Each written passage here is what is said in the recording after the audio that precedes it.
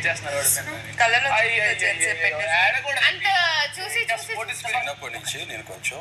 చిన్నప్పటి నుంచి నేను బుల్లింగ్ అయ్యి నేను ఎఫెక్ట్ అయిన ఉండి తర్వాత నేను స్టేజ్కి వెళ్ళిన తర్వాత నేను చాలా మంది బుల్లింగ్ చేశాను, చాలా రకాల బాడీ షేమింగ్ బిల్డింగ్ చేశాను.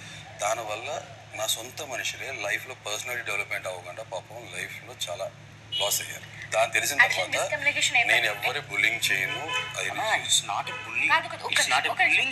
బాడీ షేమింగ్ మీరు అసలు ఇప్పుడు బాడీ షేమింగ్ నాది అదే కదా. నేను మీ ప్లేస్ ఉంటే ఏం చేస్తాను చెప్తాను. ఓకే టక్మన్ వచ్చేసి నాకు కంఫర్ట్ అవుతుందని చేస్తాను. ఇప్పుడు నేను మీ ప్లేస్ ఉంటే ఏం చేస్తాను. ప్రాబ్లం అయితే మిస్కమ్యూనికేషన్. మీరు అప్పుడు స్క్రిప్ట్ లో అన్నట్టు చెప్పిన అప్పుడు సార్ వినలేరు. ఓకే సార్ వినలేదు అంటే మీరేమన్నారు, అందరికీ ఉంటది. మీరేమనుకున్నారు, ఓకే జోవియల్ గా ఉన్నారని అనుకున్నారు. సార్ కి ఇప్పుడు విన్నారు కాబట్టి బాగా, కానీ మా సైడ్ నుంచి అది బాడీ షేమింగ్ కాదు. ఒకవేళ నేను ఇంటెన్షన్ అంటే నేను మిమ్మల్ని బ్యాడ్గా ఫీల్ చేయాలి అండ్ మిమ్మల్ని పాయింట్ అవుట్ చేయాలని అన్న ఇంటెన్షన్ కాదు. ఆ టైప్ ఆఫ్ కామెడీ కూడా నేను చేయను. మీరు మామూలుగానే చూసుకోండి కావాలంటే.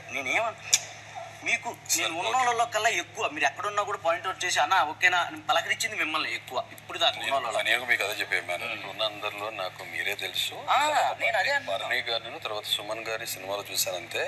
ఈయన మధ్యాహ్నం కూడా క్లీన్ చేసేటప్పుడు నేనేం చెప్పానంటే మీ కామెడీ నచ్చుతుంది. ఇవాళ ఏం చెప్పాను కామెడీ, పాపం మీరు మమ్మల్ని నవ్విస్తున్నారు, చాలామంది మిమ్మల్ని బ్యాక్గ్రౌండ్ అనే టాపిక్ అని మాట్లాడినప్పుడు మేము నవ్వుకున్నాం కానీ లోపల నాకు నచ్చదు, అందుకనే కొంచెం మీరు వర్కౌట్ చేసినట్టు ఉంటుంది అని చెప్పాను. రీజన్ ఏంటంటే ఇంటెంట్ చాలా ప్యూర్ ఇంటెంట్ కదా కదా. నేను అదే అంటున్నా. నేను నా మీద కామెడీ చేసుకుని నవ్విస్తానే కానీ నలుగురిని ఒకరిని కించపరిచి నవ్వించను. మిమ్మల్ని కించపరిచి నవ్వించాలనే ఉద్దేశం కూడా కాదు. నీకు నాకు ఆ ర్యాప్ సెట్ అంటే మీరు మధ్యాహ్నం ఇంకా ఆయన 2 సార్లు విన్నాడు, నేను 3 సార్లు అన్నా.